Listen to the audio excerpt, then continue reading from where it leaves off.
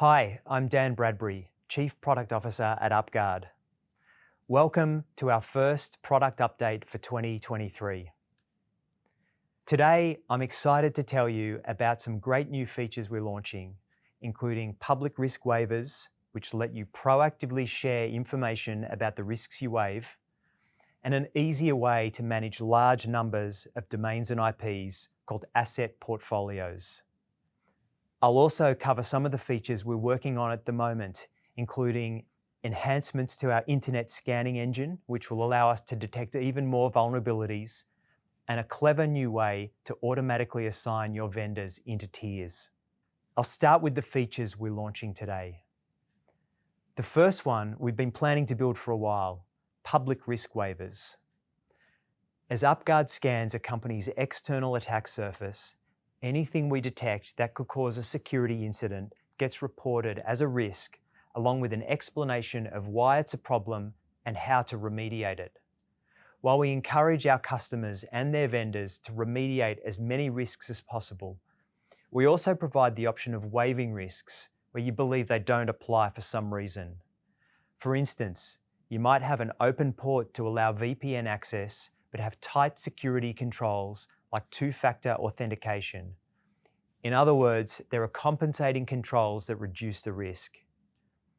Creating a risk waiver lets you capture these compensating controls. In addition, the risk no longer appears and your score is adjusted accordingly. Until now though, there hasn't been a way to proactively share your risk waivers with other UpGuard customers.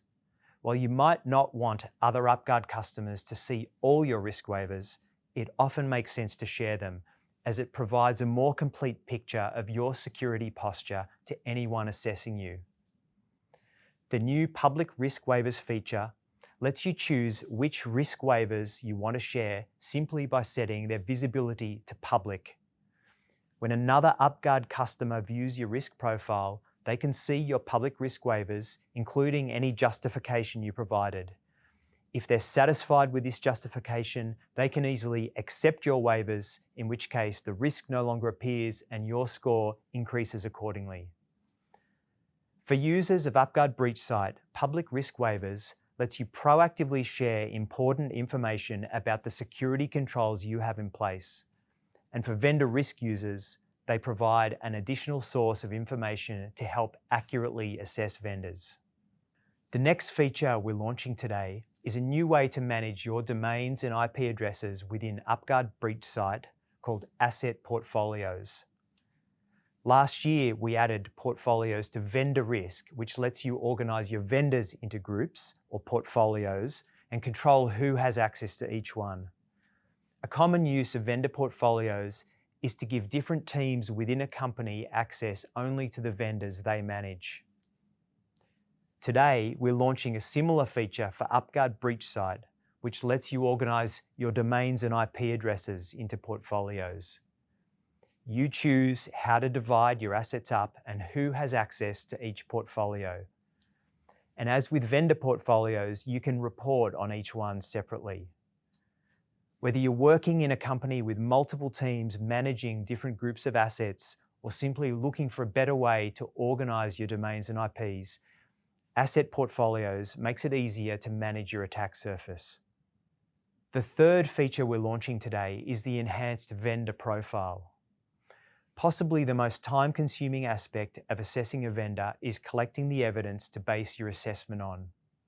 As many of you know, getting vendors to complete a security questionnaire can be slow going. We already offer ways to reduce the need to send questionnaires.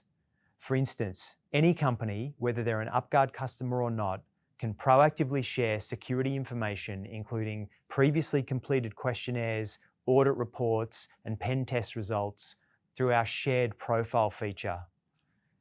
The enhanced vendor profile we're launching today is our first step in automatically collecting this kind of information to help accelerate the vendor assessment process. To start with, we're scanning for links to security and trust pages and adding them to the vendor profile whenever they're found. Many organizations proactively publish security information on their website, so we're making it easier to access this. The final feature we're launching today is for vendors completing questionnaires within UpGuard, and it's called the Questionnaire Exporter. We want to make it as easy as possible for vendors to complete questionnaires sent via UpGuard, and understand that some organizations use other software to manage their questionnaire response process. In order to give vendors more flexibility in how they answer our questionnaires, we've added the ability for them to export unanswered questionnaires, complete them in a different platform or directly within Excel, and import them back into UpGuard once they're completed. Making it easier for your vendors to complete questionnaires means you get the information you need to assess them faster and more reliably. These are just a few of the features we've added over the last quarter. For the full list, check out upguard.com/releases. I'll talk now about a few of the features we're working on this quarter. The first is a set of enhancements to our internet scanning engine. As many of you know, we're constantly reviewing and improving our scanning capability as the threat landscape changes. This quarter, you'll notice a few additions. We'll start tracking the use of end-of-life software, which can be an indicator of poor patching processes, and more importantly, can make it easier for an attacker to exploit vulnerabilities. We're enhancing our IP reputation checks to provide greater visibility of servers known to be sending spam and hosting malware. And we're making a number of improvements to our SSL scanner. The second feature we're working on is the ability to automatically assign vendors to tiers using the vendor relationship questionnaire.